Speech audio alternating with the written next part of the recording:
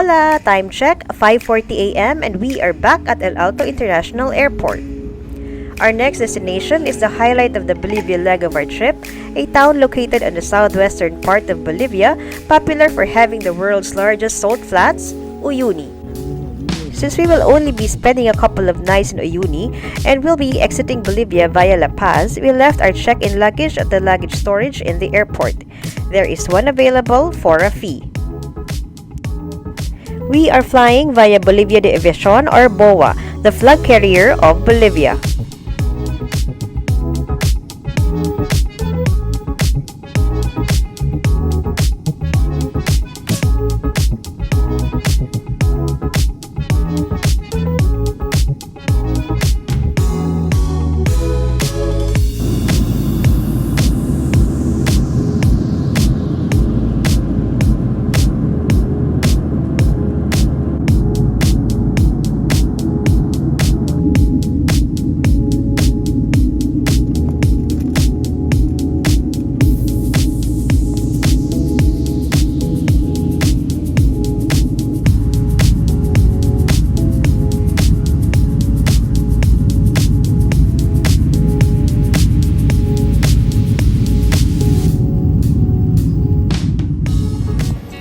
After an hour flight, we have landed at Aeropuerto Joya Andina in Uyuni, the gateway to Salar De Uyuni. If we found La Paz cold, Uyuni was colder and windy.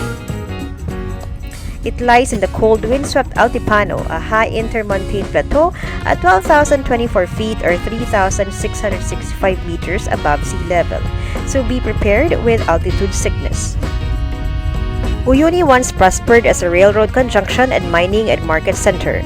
However, when the mineral prices dropped, it turned to tourism. We'll be getting to know more about it in a while.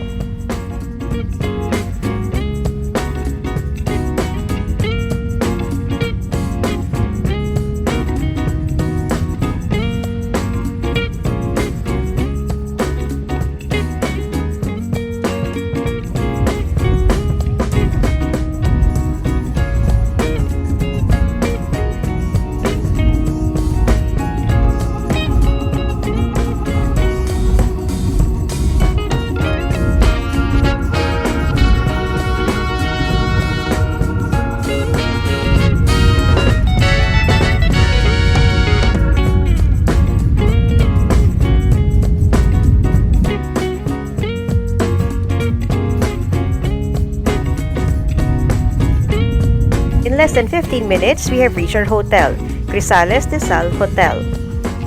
We have booked an Uyuni Salt Flats and Sunset guided tour with lunch via Get Your Guide, with a pickup time of 10:30, so we have ample time to settle in and show you around the hotel and our room.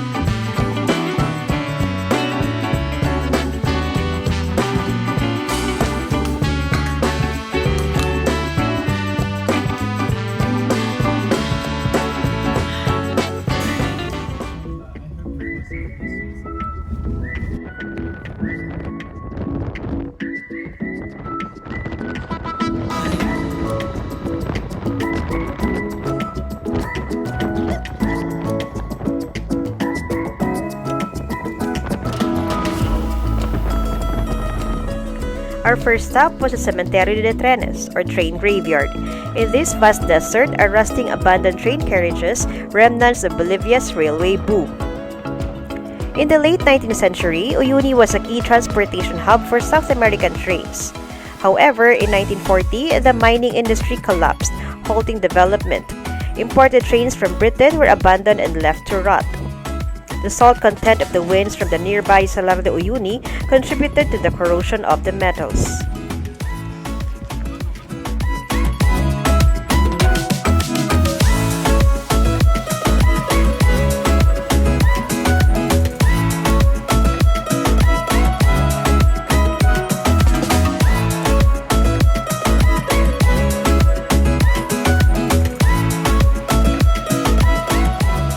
We didn't stay long in the area since the wind was intense, stronger than usual as per our guide.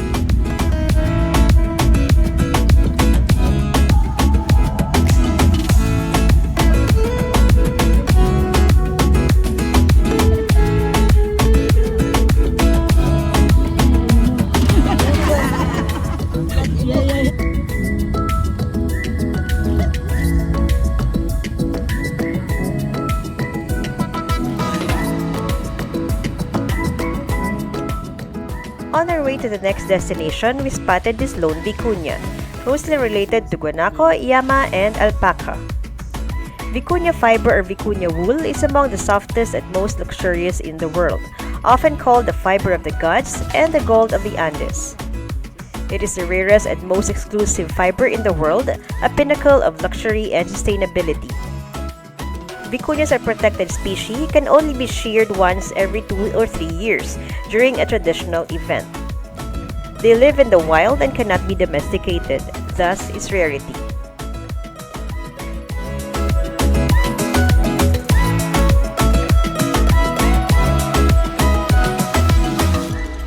We have arrived at our next stop, the community of Colchani, a quaint salt processing village which is the home of Bolivia's largest salt processing cooperative. Around 25,000 tons of salt is excavated and processed at Colchani annually. Where the people are mixing with iodine or palm. You know what it says.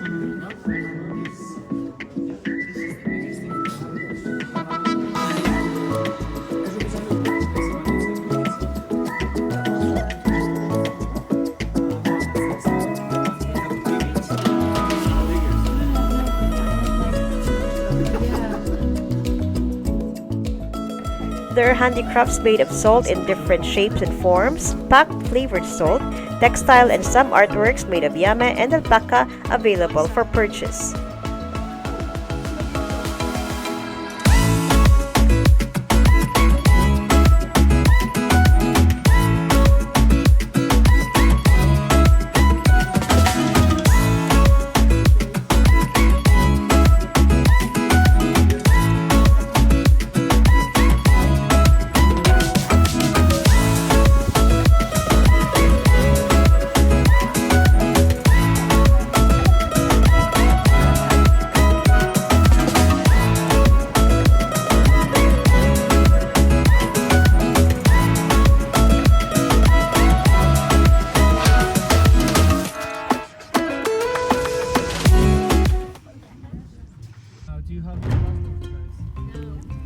We have now officially reached Salar De Uyuni or Uyuni Salt Flats.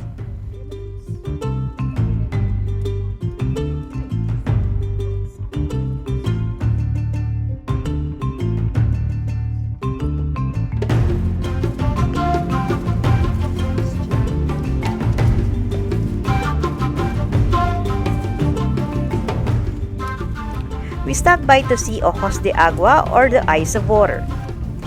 There are rivers of soft and salted water running under Uyuni Salar. The water crossing under the salt crust removes air which wants to go out. The eyes of Salar are the places where air escapes by forming small lakes in the heart of Salar. This is manifested by bubbles coming to the surface with the mineral-laden water.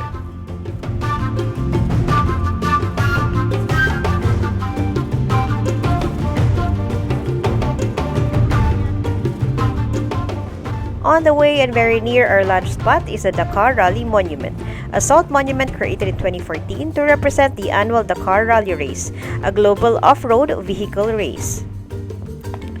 This is called the Plaza de las Banderas Uyuni or the Flag Square, a small platform near the Dakar Monument and Hotel de Sal Playa Blanca that contains flags planted by visitors from all over the world. Of course, we have to look for the flags of our two home countries.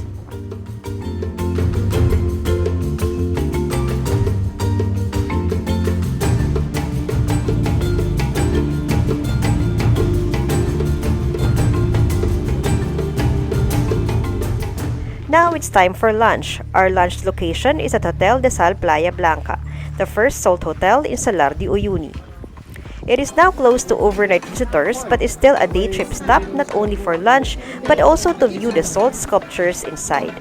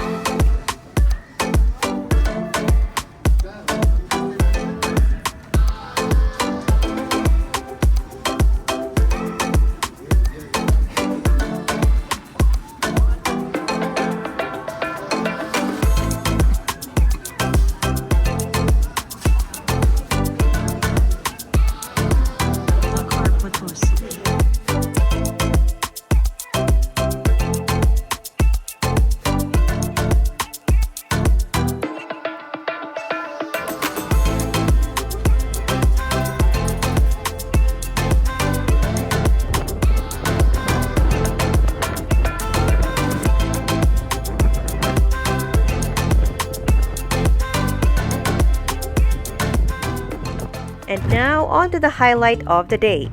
Let's go and see more of the largest salt flat of the world. This majestic salt flat stretched across 10,582 kilometers of the Altiplano mountain range and can be seen from space. It is almost 100 times larger than the famous Bonneville salt flats in Utah, so flat that the NASA uses its surface to calibrate sensors on board satellites. There is an estimated 10 billion tons of salt here. During the dry season, from the months of May to October, the surface crust of sodium chloride, some more than 10 meters deep, is parched and cracked, forming a hexagonal pattern such as these.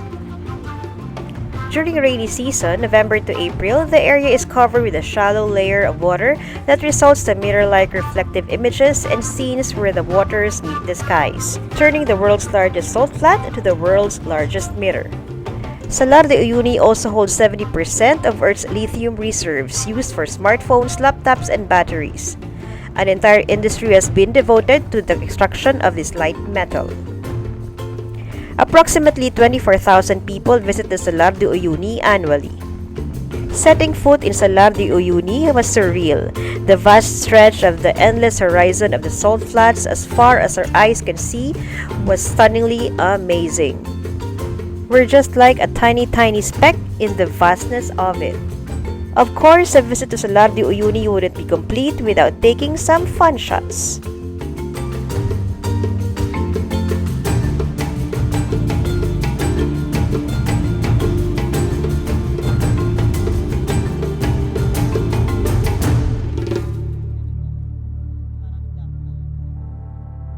Next up is the Incahuasi Island, which means House of the Inca in Quechua language.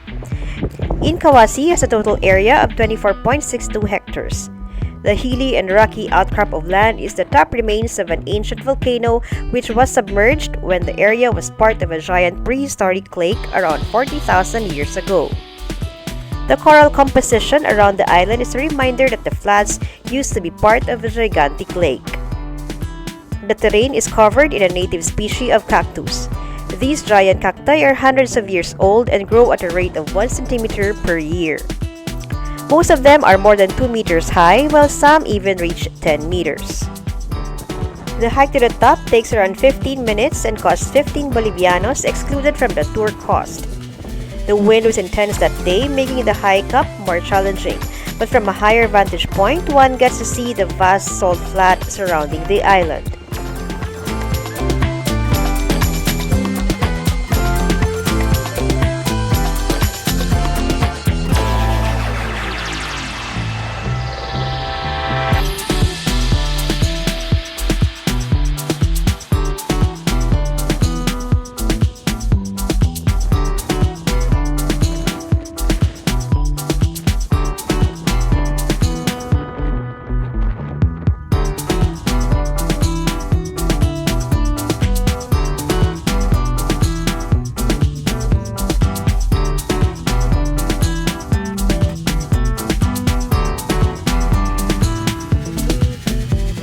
We had limited time spent at the island, for we had to move on and chase the sunset.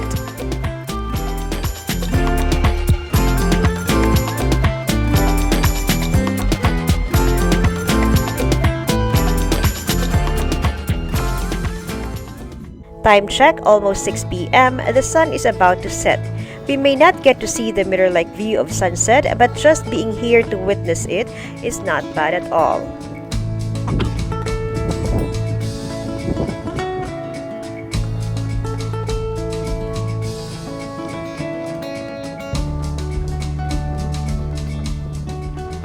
What other perfect way to cap off this wonderful day other than to have some snacks, drinks in the company of friends, awesome tour group, and guide.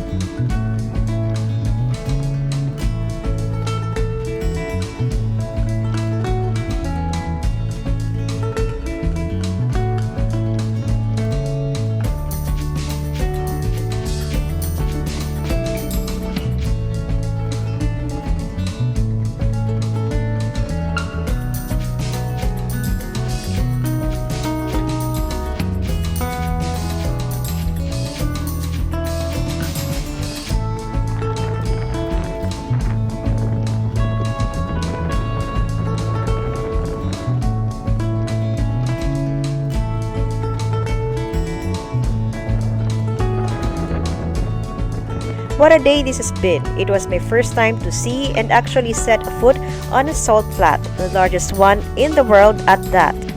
It reminded me of how vast, how diverse, how awesome, and how beautiful are God's creations, and how blessed we are to be able to have a chance to witness and experience it. I just hope that the lithium extraction industry follows environmental standards and ensures that the environment is well protected.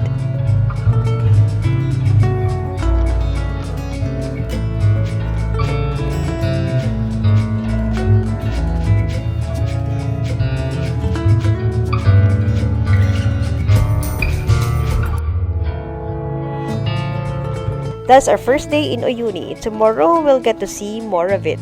See you then!